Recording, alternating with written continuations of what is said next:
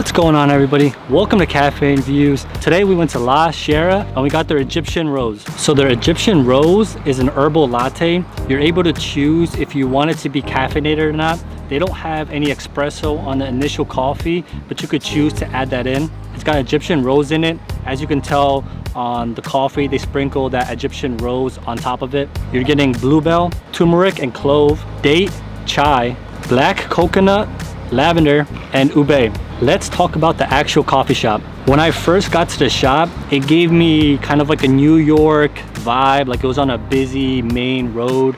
The outside was actually really nice. It gave me that bougie, that upscale, rich feeling even before I got to the actual inside of the coffee shop. Today it's a Wednesday and it's in the afternoon and there's a lot of people that were there.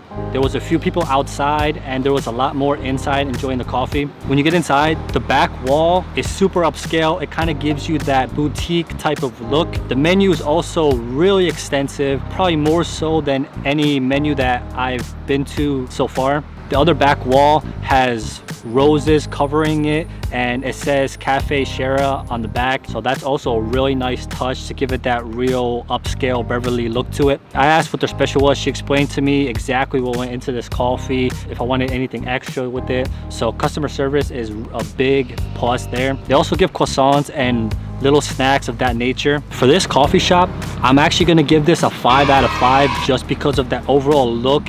The time they took to make the outside look good, the inside look good, and just the overall experience good. There's also a lot of seating. There's a ton of seating inside, so if you want to get away from the wind or from the noise, you can do that. But if you want to enjoy sitting outside and enjoy the nice breeze and the air and the traffic and the ambient noise, you're also able to do that as well. They have a bold claim of being in the top 5 of LA's coffee shop. So let's see if that's actually true or not. Let's talk about acidity.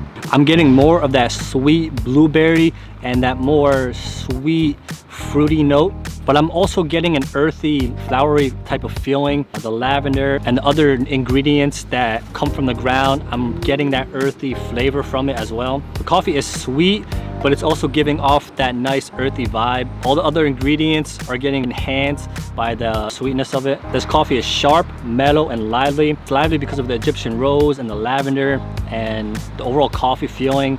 It's mellow because of the milk and the earthy notes that it got, and it's sharp because of that coffee and that espresso that you're getting. So that initial sip when it's in your mouth, you're getting a good sweetness, a nice mellow sweetness from it, but as it's going down your throat, it's giving off a little bit of that sour note. You're getting a lot of those other ingredients that went into it when you swallow it. You're not getting that as much when it's first in your mouth. So for acidity, I'm gonna put this at a 4 out of 5. Next up is gonna be aroma. Right off the bat, I'm getting the same aroma that I'm getting from the flavor. It's not as enhanced as the flavor because you're gonna taste more of the coffee based off your taste buds than you are off of your nose, but it's still giving me that same feeling. I'm still getting all the ingredients combined from the flavor in the aroma. It's extremely pleasant. They're all cohesively bonding together and it's all giving off that pleasant sweetness that I love. It's not too over the top. A lot of aromas, they try to enhance it by putting too much sugar, too much sweetness in it. But for this, it's not doing that. You're getting the ingredients and you're able to smell each individual ingredient that went into it, and you're able to kind of figure out and pinpoint each thing from the beginning to the end. From the moment it's in your mouth, you're able to figure out which ingredients you're able to detect and which are more pronounced. And then as it's going down your throat, you're getting those other ingredients that weren't as prominent in the beginning. When I take a sip and I swallow it and then I go in for the aroma, I'm getting that same exact notes, and in a way I'm able to taste it off the aroma. The liquid's not there and the feeling's not there, but the sensation of drinking the coffee and then smelling it is equal. For this coffee, I'm getting a little bit of a nutty aroma to it. I'm getting like a hazelnut or a nut type of vibe. And then I'm also getting the flowery note because of the rose. It is earthy because of that turmeric, clove, and lavender as well. It's giving off a flowery, earthy vibe. And you don't have to lean into it a lot to get that smell. The more you lean into it, the more ingredients that you're able to pick up. But still from further away, you're able to get the nice smell, like a flavor. It's overall enhancing my mood. It's giving me a nice summertime vibe, and I want to just kick back and enjoy and smell the coffee and drink it. For aroma, I'm putting this at a 4.5 out of 5. bad. So next up is going to be flavor. Because there's a lot of ingredients in this coffee, it is balancing itself out in a positive way. If you're not too into dissecting coffees, you might not get all the other ingredients that went into it. You're not gonna get the clove and the turmeric and maybe the coconut, but you are gonna get the Egyptian rose and the lavender and the milk. Based off that, you're able to get a nice, pleasant flavor and aroma. The flavor is getting enhanced by the aroma. When I'm tasting it and I'm smelling at the same time, it kind of doubles up the experience. You're getting a higher amount of flavor because you're smelling it, because you're enhancing more senses. It's providing good memories. Even drinking this coffee in this area, I'm developing new and better memories. If you're going to the Beverly Hills area and you're trying to enjoy your day, you're trying to relax,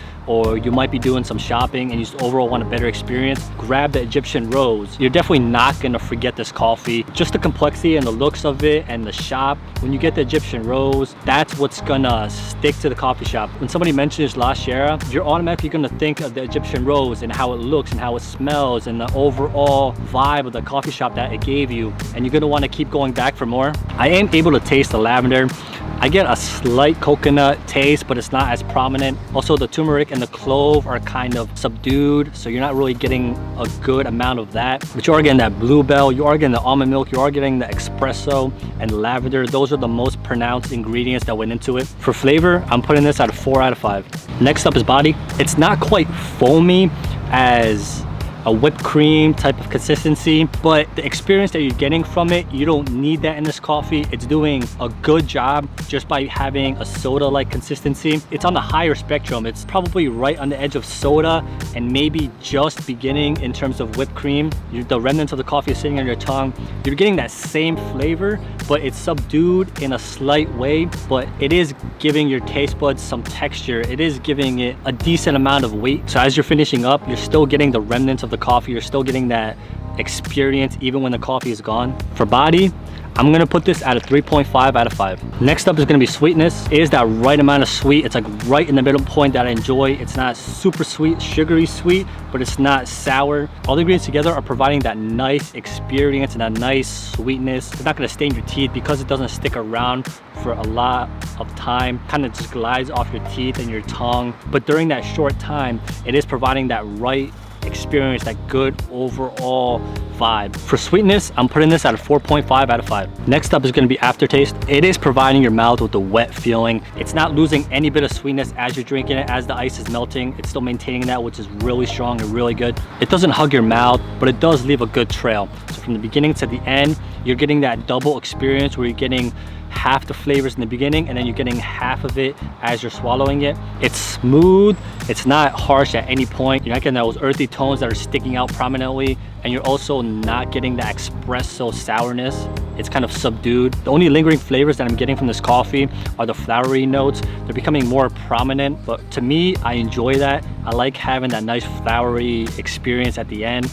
Kind of gives the coffee a nice send-off. And then as you're smelling it, the coffee is wanting you to keep going in for more. As you're drinking it, it's doing the same. You're gonna wanna keep going into the coffee and enjoy it and just keep getting that same experience that you're getting over and over again. For aftertaste, I'm putting this at a 4 out of 5. Next up is gonna be complexity. Just looking at the coffee shop, you know that you're gonna get a nice complex coffee. Just hearing the Egyptian rose, I was automatically thinking if I'm gonna get the rose on top or if the flavor of the rose is gonna get mixed into the coffee. It is a basic cup, but because of that nice rose on top, it's still giving that coffee an overall good feeling. I would like if the coffee cup had branding on it, if maybe they had the roses that were inside on it with the Cafe Sherra on top. That would probably provide a better experience visually. The taste is complex because you're getting those two separate experiences from the beginning and the end. Also get the rose texture on your tongue.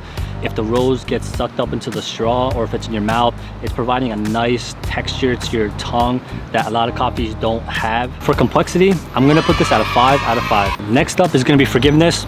The only thing I could think of that might get forgiven is the body. Just the overall mouthfeel is not as prominent as maybe the flavor, the aroma, or the complexity, but it's not enough to really take off a huge amount of points. The overall body is still there. You're still getting that nice flavor and the experience. I mean, there's really nothing wrong with this coffee. Even with the ice melting and it's watering it down in a way, it's not losing a lot of flavor. The aroma is still as prominent. As you're losing a little bit of that flavor, you're still maintaining the same amount of aroma all throughout. So the water, having it watered down, is not changing the aroma at all. For forgiveness, I'm gonna put this at a 4.5 out of 5. Lastly, it's gonna be versatility. Because this is their specialty coffee, I'm not gonna say it's a versatile coffee. When you go to a coffee shop and you get the Egyptian rose, you want it to be a mood lifter. You want to be able to drink it when you're trying to overall have a fantastic day.